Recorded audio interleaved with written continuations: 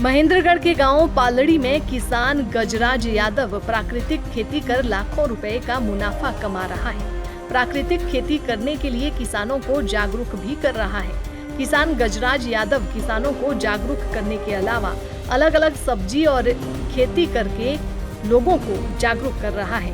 किसान गजराज यादव का कहना है कि प्राकृतिक खेती करने से आमजन को आजकल बढ़ रही बीमारियों से बचाया जा सकता है। आजकल किसान प्राकृतिक खेती को छोड़कर ज्यादा मुनाफा कमाने के चक्कर में लगे हुए हैं, जिससे इंसान के अंदर अनेक बीमारियां होने लगती हैं। किसान गजराज यादव ने बताया कि उसके पास 1 एकड़ जमीन है जिसमें गेहूं की बिजाई की हुई है। गेहूं की बिजाई से पहले उन्होंने दोनों फसलों में देसी खाद का इस्तेमाल किया। साथ ही गजराज का ये भी कहना है कि उनके पास अभी से ही गेहूं खरीदने के लिए लोगों के फोन आ रही हैं। वहीं किसान गजराज यादव ने प्रधानमंत्री द्वारा चलाई जा रही सभी योजनाओं को किसान हितैषी बताया है। मैं ये गेहूं की प्राकृतिक खेती अभी पहले साल से स्टार्ट किया है और इसके अंदर मैंने 10 किलो ही DAP बोया है, बाकी इसके अंदर सारा देसी खाद डाला है। और आप ये देख लीजिए कि फसल बहुत ही अच्छी खड़ी है और अभी ये 20 दिन के बाद ये फसल कटाई हो जाएगी और उसके बाद ये पैदावार इसका अनुमान लगा सकते हैं लगभग 60 से 62 मन की इसकी पैदावार आएगी। और इसका जो भी है मैं किसान भाइयों को ये बताऊंगा कि आप प्राकृतिक खेती पे ज़्यादा ध्यान दें और ये जो अपने यूरिया DAP इससे बचें। और आज के टाइम में बहुत सी बीमारियां ये अपने इस खाद ये जो खाद है यूरिया DAP इससे हो रहा है और ज़्यादा किसान इसको खेती को अपनाए।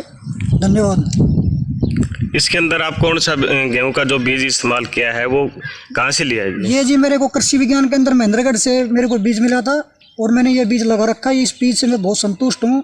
ये बीज अच्छी पैदावार देता है, ना गिरता है और ना ये उखड़ता है और ये फसल बहुत ही अच्छी खड़ी है। मैं इससे बहुत ही संतुष्ट हूँ। कृषि विज्ञान केंद्र का मैं धन्यवाद करता हूँ जो कि मेरे को हर साल ये गेहूं का बीज देता है और मेरे को टाइम पे ट्रेनिंग करवाता है और अच्छी जो भी है गवर्नमेंट की स्कीम है उनको मेरे के लिए आगे मेरा नाम भेजते हैं। डॉक्टर साहब का मैं बहुत धन्यवाद करता हूँ इसके लिए। और मैं महेंद्रगढ़ के सभी किसानों से अनुरोध करता हूं कि आप कृषि विज्ञान के अंदर महेंद्रगढ़ से जुड़ो और जितने भी ये गवर्नमेंट की स्कीमें चल रही हैं, ट्रेनिंग है, जो भी आप उनका फ़ायदा उठाएं। धन्यवाद। खेती के साथ साथ और भी आप क्या कर रहे हैं?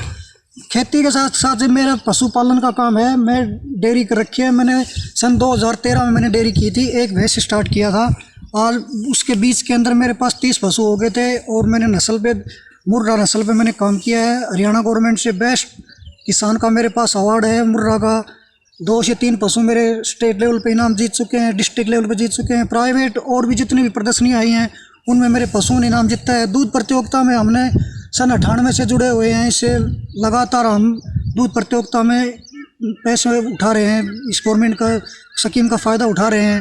टाइम पे हम पशुपालन विभाग की जो भी स्कीम है उनका फ़ायदा उठाते हैं। जैसे बीमा है वो हम बीमा करवाते हैं पशु का और इससे अपनी दुर्घटना से हम बचते हैं। और दूसरा जो हरियाणा जो हॉस्पिटल के अंदर हमारे ये स्कीमें चलती रहती है, जैसे ये मुँह खोरी और गलघोटू के टिक्के, ये हम टाइम से टाइम लगवाते रहते हैं और हमारे पशुओं में कभी भी कोई बीमारी नहीं आती और हम इनसे बीमारियों से हमारे पशु बहुत स्वस्थ रहते हैं, बच जाते हैं। और आने वाले टाइम में अभी हमारा टारगेट है कि मैं ज़्यादा प्राकृतिक खेती पर ध्यान दूँ। और कुछ टाइम पहले अभी हमारी माताजी कैंसर हो गई थी, उसके बाद हमने यही सोचा कि भाई हम ये जो खाद हैं, ये जो DAP है, यूरिया है, जो स्प्रे हैं, इनको हम बिल्कुल भी यूज़ नहीं करेंगे खेत के अंदर। और मैं यही प्रण लेता हूं कि मैं आगे से ये DAP यूरिया बिल्कुल भी खेतों में नहीं डालूंगा। और जहां भी हम कैंप में जाएंगे, जहां भी जाएंगे, हम किसानों को यही कहेंगे आप देसी खाद तैयार करें और उसके लिए आप देसी खाद अच्छे पशु ले आएँ, उनका देसी खाद तैयार करें और वो अपने खेत में डालें। उसकी अच्छी पैदावार आएगी, आप बीमारी से बचोगे और आपका परिवार खुशहाल रहेगा और आपकी अच्छी पैदावार आएगी और कम खर्चा होगा और ज़्यादा पैदावार आएगी। जिस प्रकार से हिंदुस्तान के प्रधानमंत्री नरेंद्र मोदी और किसानों के लिए किस तरह का काम कर रही है? देखो जी, सरकार जमींदारों के लिए अच्छा काम कर रही है। जो भी अपने भाई ये फसल बीमा है, और ये पोर्टल पे अपने फसल का ऑनलाइन करो, बेचो, ये सही काम कर रही है सरकार। जिस प्रकार से किसान हितैषी बताया जा रहा है, प्रधानमंत्री मोदी हो या नायब सैनी मुख्यमंत्री हो, उसको लेकर क्या कहना चाहेंगे जी? देखो जी, नायब सैनी जी तो अभी बने हैं, आज एक सप्ताह भी हुआ है, इनके बारे में तो क्या बता सकते हैं, बाकी मनोहर लाल खट्टर ने ठीक काम किया है। दूसरी ओर कृषि अधिकारी डॉक्टर रमेश कुमार ने कहा कि कृषि विज्ञान केंद्र द्वारा कैंप लगाकर किसानों को जागरूक किया जा रहा है।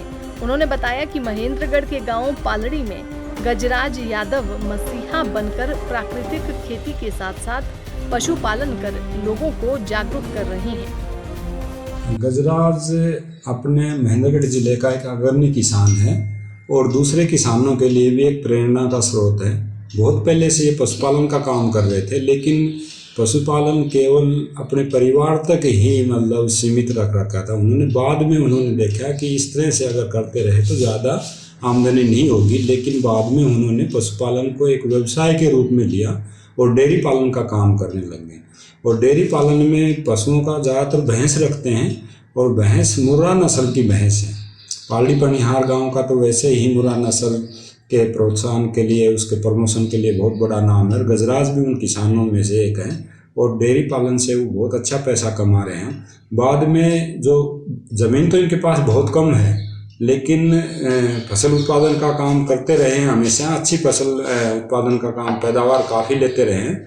लेकिन अब पिछले 2 साल से प्राकृतिक खेती पे भी आए हैं। प्राकृतिक खेती के महत्व को समझा है उन्होंने। मुख्य उद्देश्य प्राकृतिक खेती के 2 ही हैं, भूमि की उपजाऊ शक्ति बढ़ाना और साथ में जो उत्पाद प्राप्त होगा वो अच्छी गुणवत्ता का होगा।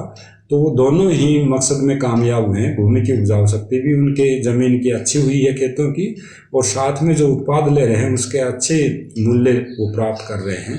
इस प्रकार से उन्होंने एक ऐसा मिश्रण किया है, डेयरी पालन भी, फसल उत्पादन और फसल उत्पादन प्राकृतिक खेती करके।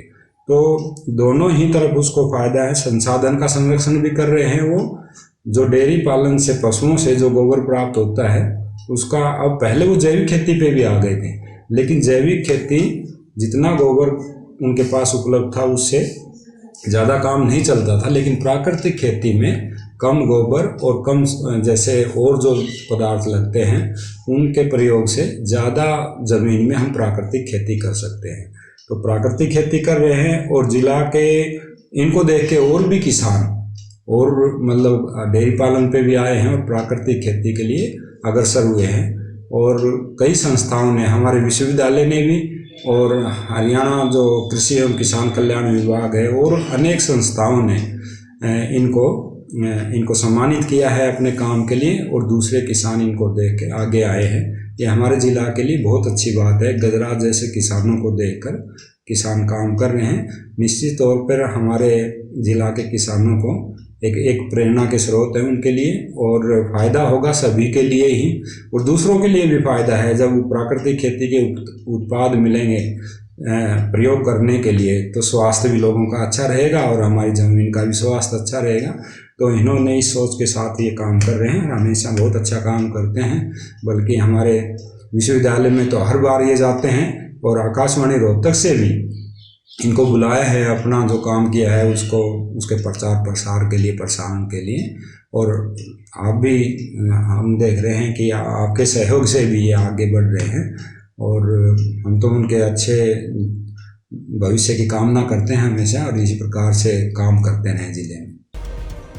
दैनिक सवेरा के लिए महेंद्रगढ़ से सौरभ शर्मा की रिपोर्ट।